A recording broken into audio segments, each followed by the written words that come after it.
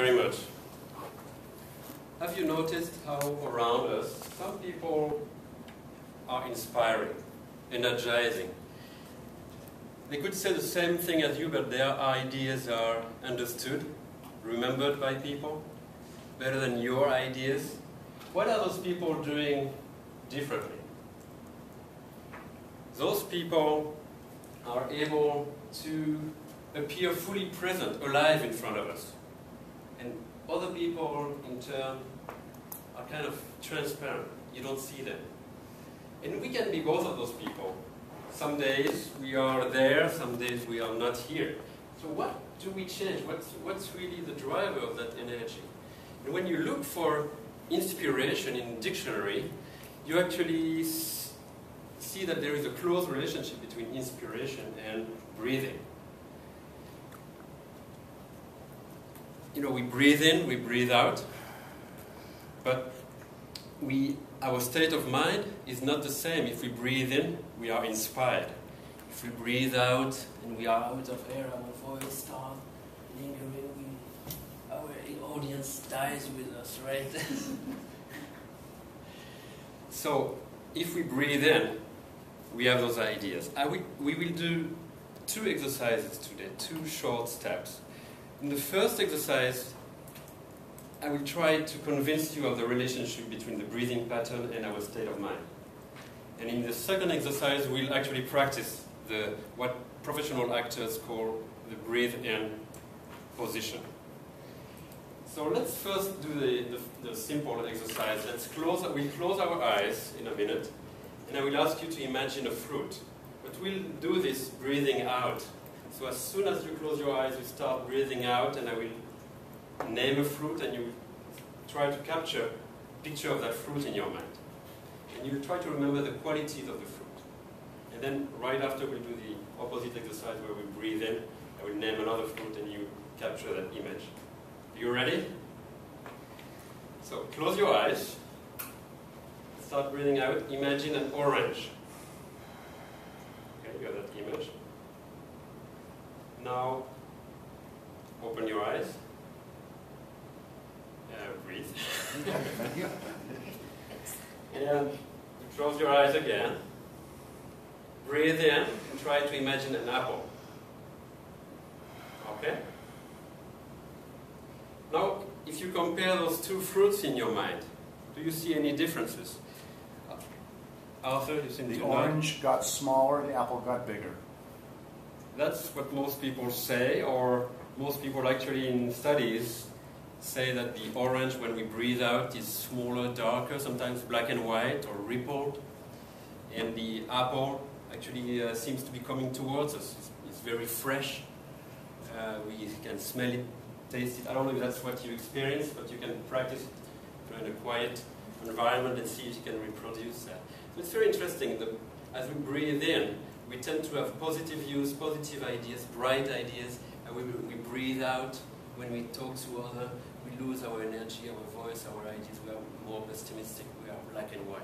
So, to build on this, the idea for speakers that is very interesting that any of us can use is if there was a posture that would help us send a signal to the audience that we are actually breathing in as we are communicating ideas.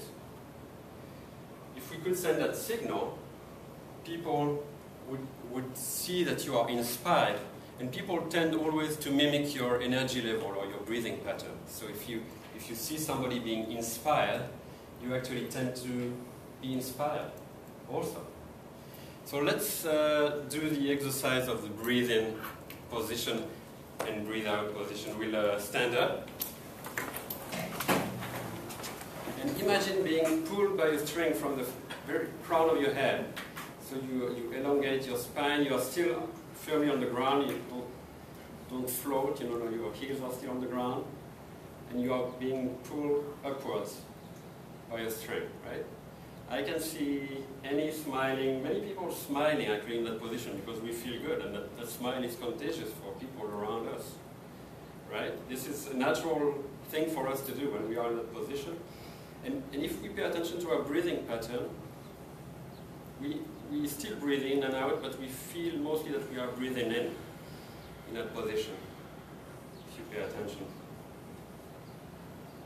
Right? And you feel positive, we have a gentle smile on our face. Let's all stay in that position and say, how are you feeling today? How are you feeling today? One more time. 1, 2, 3. How are you feeling today? All right, you're still in that position, right? And now let's do the opposite. We breathe out, our stomach caves in, we are pulled downwards, no longer. I can see some sad faces, even though Dave is smiling. Sorry. But for me, when I did this at home, automatically my facial expression was kind of sad. You know, I was not smiling anymore. If you do this on your own, you will notice. So let's say again, how are you feeling today? How are you feeling today? See, our voice is a lot deeper. Our voice is a lot deeper and we have less energy. It's not depressing. And this is a very interesting exercise. So let's all sit down. So what I want us to take out from this exercise is that we can choose to work on our breathing position. We could send the same message in those two different, and practice sending the same message in two different positions. If I say, what a great year we had this year, right? And if I practice saying the same way, we had a great year this year, my voice changes, and we can practice doing this as we build contrast in our speeches. We can highlight the negative on one side, and the fresh ideas, the new ideas you want people to remember. You change your posture, so you can contrast your body language. It will send different signals. If you want people to not pay attention to a portion of your speech, you just have to stay like this. And if you want to be remembered as inspired with fresh ideas, you just breathe in. So I hope this idea will be useful. I found it extremely useful as I was talking about the theme of my speech, about voice, pitch, what makes our voice energized, how do we convey that energy, and how do we inspire people. And clearly breathing and thinking of being in that position helps greatly get interest from the audience. Thank you very much.